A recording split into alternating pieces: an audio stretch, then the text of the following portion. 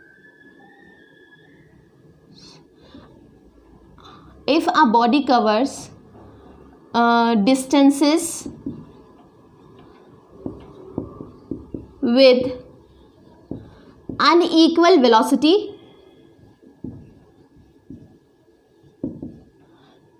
in equal interval of time। ठीक है, पहला पार्ट तो ये है। दूसरा पार्ट क्या है कि अभी तो हमने यहाँ पे बोला सेम टाइम, ठीक है, अब हम लोग बोल रहे हैं सेम डिस्टेंस, मतलब एक बॉडी ए से बी जा रही है, फिर वो जा रही है बी से सी, लेकिन ए से बी वाला डिस्टेंस भी एस है और बी से सी वाला डिस्टेंस भी है एस, लेकिन ये उसने ट्रैवल किया v1 वेलोसिटी के साथ और ये इसने ट्रैवल किया v2 वेलोसिटी के साथ। तो अब हमें बताना है कि ऐसे केस के लिए जो एवरेज स्पीड है उसकी वैल्यू क्या होने वाली है। यानी कि ये जो केस है वो है equal distances with unequal velocity. ठीक है, तो अगर कोई पार्टिकल इस तरीके से ट्रैवल कर रहा है तो दोनों ही केसेस में आपकी एवरेज वेलोसिटी का फॉर्मूला क्या होगा। ये इन पे क्वेश्चन आते हैं, कैसे आते हैं मैं क्वेश्चन बोल के आपको बताऊंगी। ठीक है, तो देख लें कैसे कैलकुलेट करेंगे। हमने पढ़ा था कि एवरेज वेलोसिटी का फॉर्मूला क्या होता है कि भाई total distance travelled, sorry average speed का क्या फॉर्मूला होता है, total distance travelled upon total time taken. ठीक है, अब टोटल डिस्टेंस ट्रेवल्ड मतलब डिस्टेंस जो ए से बी लगा प्लस डिस्टेंस जो बी से सी लगा अपॉन टोटल टाइम कितना, मतलब टी प्लस टी।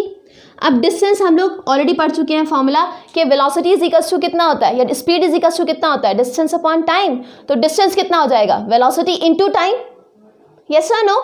तो डिस्टेंस जो है हमारे पास ए से बी के लिए, क्योंकि वेलोसिटी है और टाइम गिवन है, डिस्टेंस हमें गिवन नहीं है, ठीक है ना, तो यहाँ से मैं लिख देती हूँ कि एस ए बी जो होगा वो होगा v1 इंटू टी और एस बी सी जो होगा वो होगा v2 इंटू टी। ठीक है, अगर ये दोनों फैक्टर हम यहाँ पर सब्स्टिट्यूट कर दें तो v1 into T plus v2 into T और अपॉन कितना हो जाएगा 2t, T T T common और आपस में क्या होंगे, कट जाएंगे, ऊपर से कॉमन ले लेंगे और नीचे से भी टी क्या हो जाएगा, कैंसिल। हेंस दो एवरेज वेलोसिटी यहाँ पर आएगी that will be v1 plus v2 by 2। ठीक है, तो अगर कोई बॉडी इक्वल इंटरवल के अंदर अलग अलग डिफरेंट वेलोसिटी के साथ चल रही है तो जो एवरेज वेलोसिटी है वो इन सारी वेलोसिटीज़ का सम और एवरेज वैल्यू होती है। ठीक है ना, मतलब जितनी भी वेलोसिटीज़ हैं सबको ऐड करो और जितनी वैल्यूज़ हैं उससे डिवाइड कर दो। This is the formula for average velocity. Now next कि अगर कोई बॉडी क्या कर रही है, इक्वल डिस्टेंसेस ट्रैवल कर रही है लेकिन अनइक्वल वेलोसिटी के साथ, तब आंसर क्या होगा। तो देख लें फिर से, एवरेज वेलोसिटी का डिस्टेंस फॉर्मूला क्या होगा, total distance travelled upon total time taken. भाई टोटल डिस्टेंस ट्रैवल्ड करने को बोला तो मतलब कितना, एस प्लस एस। ठीक है, ये एस और ये एस, और मतलब टाइम जो ए से बी में लगा प्लस टाइम जो बी से सी में लगा। अब टाइम के लिए बात कर रहे हैं तो टाइम की वैल्यू कितनी हो जाएगी, डिस्टेंस अपॉन वेलोसिटी, मतलब टाइम इधर चला जाएगा, वेलोसिटी स्पीड नीचे चले जाएगी। तो यहाँ से जो हमारे पास फॉर्मूला बनेगा मैं लिख देती हूँ, वैल्यू सब्स्टिट्यूट करेंगे अभी हम, तो टी ए बी तो हो जाएगा हमारे पास एस अपॉन v1 और टी बी सी हमारे पास हो जाएगा एस अपॉन v2। ठीक है जी, तो इसके साथ अब क्या आ जाएगा, S plus S upon v1 plus S upon v2। ठीक है, और यहाँ से समझें एस को हम लिख सकते हैं यहाँ से 2s। अब देखें v1 है v2 है, एलसीएम ले लें तो एलसीएम आ जाएगा v1 v2 और देखिए मल्टीप्लाई करेंगे तो यहाँ से आ जाएगा s into v2 plus s into v1, और क्योंकि ये नीचे डिनोमिनेटर में टर्म है मल्टीप्लाई करेंगे तो फिर ये कहाँ पहुँच जाएगी, ऊपर। ठीक है, तो ये टर्म बन जाएगी ऐसे 2s v1 v2 upon s मैंने कॉमन ले लिया v1 प्लस v2। ठीक है, या दूसरे टर्म्स में बोलूँ, यहीं से आगे लिख रही हूँ कि आपकी जो एवरेज वेलोसिटी है v average would be S common cancel हो जाएगा ये, और वेलोसिटी बन जाएगी हमारी 2v1 v2 upon v1 plus v2। ठीक है जी, तो आपने मैथ्स में कुछ टर्म पढ़ी होगी, arithmetic mean, geometric mean, harmonic mean. ठीक है ना, तो मेरा आपसे क्वेश्चन है कि ये वाला मीन कौन सा है, मतलब ये अर्थमेटिक मीन है, ये ज्योमेट्रिक मीन है। ठीक है ना, ऐसे बोलते हैं अर्थमेटिक मीन, ज्योमेट्रिक मीन या हार्मोनिक मीन। ठीक है ना। कौन सा मीन है, मीन का मतलब होता है कि एवरेज वैल्यू, ठीक है ना। तो ये कौन सा मीन है, v1 plus v2/2 for this case जब इक्वल इंटरवल होता है और इक्वल डिस्टेंस होता है तो फॉर्मूला होता है 2v1 v2 upon v1 plus v2, या इन जनरल मैं इसी को बोलूँ तो यहाँ पर v एवरेज वैल्यू जो होती है, यहाँ से मैं लिख रही हूँ, ध्यान दीजिएगा, यहाँ से मैं लिख रही हूँ, ध्यान दीजिएगा इसको, कि दो डिस्टेंस थे s और s, a से b, b से c, 2 वाली तो ये वैल्यू आई, और 1 upon v1 plus 1 upon v2, यहाँ से मैंने लिखा है, ठीक है। s को मैंने कॉमन लेके कैंसिल कर दिया है। सपोजिटली अब ये जो इंटरवल है वो 2 ना होके कितने हो जाएं, 3, ठीक है ना। ये इंटरवल कितने हो जाए यहाँ पर, 2 के बजाय 3, तो यही जो फॉर्मूला है वो चेंज हो जाएगा आपका, और that would be like this, कि अगर हम टाइम के केस में बात कर रहे हैं, ठीक है ना, फिर बोल रही हूँ अगर हम टाइम के केस में बात कर रहे हैं, ठीक है ना, इंपॉर्टेंट क्वेश्चन करके लिख देती हूँ मैं इसको, क्योंकि इस पर हर बार न्यूमेरिकल कुछ ना कुछ रहता ही रहता है, ठीक है ना। तो ऐसे क्वेश्चन के लिए आपको देखिए, टाइम और वेलोसिटी अगर गिवन है तो आपको डिस्टेंस कैलकुलेट करने की नहीं ज़रूरत पड़ती है। अगर इक्वल इंटरवल दिया है तो आप डायरेक्टली वेलोसिटी से एवरेज वेलोसिटी की वैल्यू बता सकते हो, अदरवाइज आपको बहुत लंबे मेथड से इसका आंसर बताना पड़ेगा। सिमिलरली जब आपको यहाँ पर दिया है डिस्टेंस और वेलोसिटी तो आपको टाइम निकालने की ज़रूरत नहीं है, लेकिन याद रखना है ये डिस्टेंस हमेशा होना चाहिए सेम। तो अगर ये डिस्टेंस सेम है तभी आपकी जो वेलोसिटी है उसकी वैल्यू इतनी आने वाली है, ठीक है। अब मैं आपसे क्वेश्चन जो बता रही हूँ वो ये है कि अगर हमारे पास यही जो इंटरवल है वो a से b, b से c और c से d हो, लेकिन इक्वल इंटरवल के अंदर जो वेलोसिटी है वो हो v1, v2 एंड v3, तब उस केस के लिए एवरेज वेलोसिटी हो जाएगी, देखिए 2 वेलोसिटी थी अपॉन 2, अब यहाँ कितनी वेलोसिटी हो गई 1 2 3, तो सिंपल फार्मूला हो जाएगा v1 plus v2 plus v3/3। तो डायरेक्टली ये फार्मूला भी पूछा हुआ है, इसके ऊपर न्यूमेरिकल भी आया हुआ है कि एवरेज स्पीड बताएं स्ट्रेट लाइन पाथ के लिए कितनी होती है अगर आपका कोई पार्टिकल जा रहा है कहाँ से कहाँ, a से b, b से c for straight line path, ठीक है। नाउ दूसरा चीज़, यही स्ट्रेट लाइन पाथ है, ठीक है ना, और हम जा रहे हैं a से b, b से c, c से d, लेकिन डिस्टेंस अब की बार अगर सेम है और वेलोसिटी है v1, v2, v3, तब हमारी जो एवरेज वेलोसिटी है उसका फॉर्मूला होगा, पहली चीज़ 3 डिस्टेंस है तो 3 फैक्टर ऊपर आएगा, और वेलोसिटीज़ का अपॉन का, ठीक है ना, रेसिप्रोकल लेकर के उनका हम क्या करेंगे, एडिशन करेंगे इस तरीके से, ठीक है ना। तो इन जनरल मैं इसका आंसर लिखना चाहूँ तो इसका आंसर हो जाएगा 3v1 v2 v3, एलसीएम लेके तो यही आएगा v1 v2 plus v2 v3 plus v3 v1। ये होगी आपकी एवरेज स्पीड, कि अगर आपकी जो बॉडीज़ हैं वो इक्वल डिस्टेंसेस के अंदर अनइक्वल वेलोसिटीज़ के साथ ट्रैवल करती हैं तो एवरेज स्पीड की वैल्यू होगी वो, ठीक है। अब इसमें एक स्पेशल केस बता रही हूँ, उसको आप ध्यान दीजिएगा। अभी मैंने आपको वेलोसिटी नहीं बताई है, ठीक है ना, लेकिन थोड़ा सा ध्यान दे रही हूँ, क्योंकि जैसे हमें स्पीड मिली डिस्टेंस से, ऐसे ही हमें डिस्प्लेसमेंट से मिलेगी वेलोसिटी, ठीक है। तो यहाँ मैं कुछ चीज़ें डिस्कस करूँगी, आप उसको ध्यान दीजिएगा कि अगर ये जो आपका पार्टिकल है, इंपॉर्टेंट पॉइंट है, और मैं इसको फिर से डिस्कस करूँगी अभी जब मैं वेलोसिटी पढ़ा दूँगी तब, आपका जो आपके पास एक पर्सन है जो कि गया अपने होम से मार्केट, ठीक है, और मार्केट से वापस आया होम। जो वो घर से मार्केट गया वो गया v1 वेलोसिटी के साथ, और मार्केट से जब वो वापस घर आया तो वो आया v2 वेलोसिटी के साथ, गया v1 के साथ और आया v2 के साथ। तो अब यहाँ पर नोटिस करें कि होम और मार्केट के बीच में, पहली चीज़ तो आप नोटिस करके मुझे इसमें ये बताएं, ठीक है ना, कि आपका ये जो इंटरवल है, ठीक है ना, ये कौन से वाला फैक्टर बन रहा है, इक्वल डिस्टेंस वाला बन रहा है या इक्वल टाइम वाला बन रहा है, ठीक है। तो आप नोटिस करेंगे घर और मार्केट लोकेशन हमेशा क्या है इनकी, फिक्स। तो यानी कि घर से मार्केट जाने में जो आपको डिस्टेंस ट्रैवल करना है वो आते जाते हुए क्या रहेगा, सेम। तो हम जो यहाँ पर बात कर रहे हैं वो हम किसकी बात कर रहे हैं, इक्वल डिस्टेंस लेकिन अनइक्वल वेलोसिटी। तो यहाँ से पहले चीज़ क्लियर हो गई कि इक्वल डिस्टेंस है, अनइक्वल वेलोसिटी है।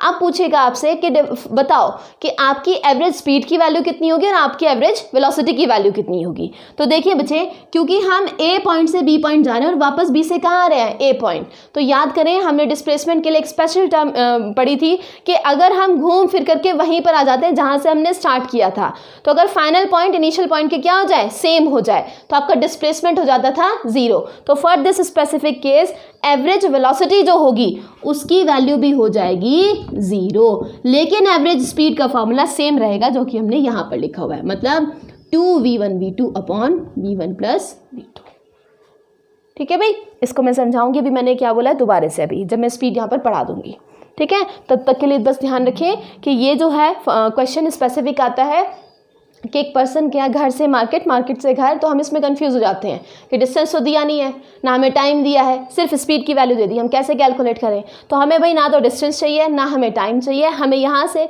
पता है कि ये इक्वल डिस्टेंस के लिए क्वेश्चन बन रहा है, ठीक है। और फॉर्मूला इसमें लग जाएगा एवरेज स्पीड वाला, ठीक है। तो nothing to get worried, read between the lines. जब भी कोई क्वेश्चन मिले हमेशा जो लाइन्स हैं उनको बहुत अच्छे से पढ़ें, आपको आंसर उसी के अंदर मिल जाएगा, ठीक है। तो अब हम टॉपिक स्टार्ट करते हैं वेलोसिटी, ठीक है। अभी तक तो हम लोग बात कर रहे थे स्पीड की, अब हम लोग बात कर रहे हैं किसकी, वेलोसिटी की।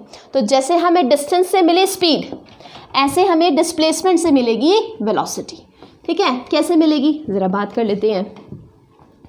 तो जैसे हमने डिस्टेंस के लिए बात करी थी, तो डिस्टेंस था हमारा टोटल डिस्टेंस, स्पीड थी हमारी total distance travelled upon total time taken, ठीक है। लेकिन जब हम वेलोसिटी की बात करते हैं तो वेलोसिटी हमारी हो जाती है बच्चे एक वेक्टर क्वांटिटी, ठीक है। वेक्टर क्वांटिटी बोलने का मतलब है कि एक फाइनल पॉइंट होगा और एक क्या होगा, इनिशियल पॉइंट, ठीक है। और एक फाइनल है और एक इनिशियल पॉइंट है, तो आप ध्यान रखें कि उस केस के लिए आपके पास जब भी हम डिस्प्लेसमेंट की बात करेंगे तो वो डिस्प्लेसमेंट हमेशा मिलेगा हमें डिफरेंस के फॉर्म में। मैं लिख रही हूँ यहाँ पे, ध्यान दें आप। वेलोसिटी पहली चीज़ कैसे रिप्रेजेंट करेंगे, because it is a vector quantity, तो v विद एन एरो। याद करिए मैंने स्पीड को लिखा था तो सिर्फ v से लिखा था, लेकिन वेलोसिटी को लिख रही हूँ तो v with an arrow. Now इसको हम कैसे डिफाइन करते हैं, स्पीड को हम लोग डिफाइन कर रहे थे total distance travelled upon total time taken, लेकिन वेलोसिटी को हम लोग डिफाइन करते हैं चेंज इन डिस्प्लेसमेंट। फिर से बोल रही हूँ, change in displacement upon total time taken, ठीक है। और ये फॉर्मूला बन जाएगा यहाँ से, चेंज इन डिस्प्लेसमेंट है तो मतलब s2 माइनस s1 ही, लेकिन इनके ऊपर क्या होगा, एरो, क्योंकि कौन से फैक्टर हैं, डिस्प्लेसमेंट। इंटरवल आपका उतना ही होगा जो कि है कितना, t2 माइनस t1, ठीक है। यही फॉर्मूले में अगर t2 माइनस t1 जो इंटरवल है वो है वेरी स्मॉल, ठीक है, तो यही जो एवरेज स्पीड का फॉर्मूला है वो चेंज हो जाएगा ds/dt के फॉर्म में, और इसको हम लोग बोलेंगे इंस्टेंटेनियस स्पीड, इंस्टेंटेनियस वेलोसिटी, ठीक है, पर्टिकुलर इंस्टेंट के ऊपर जो वेलोसिटी है।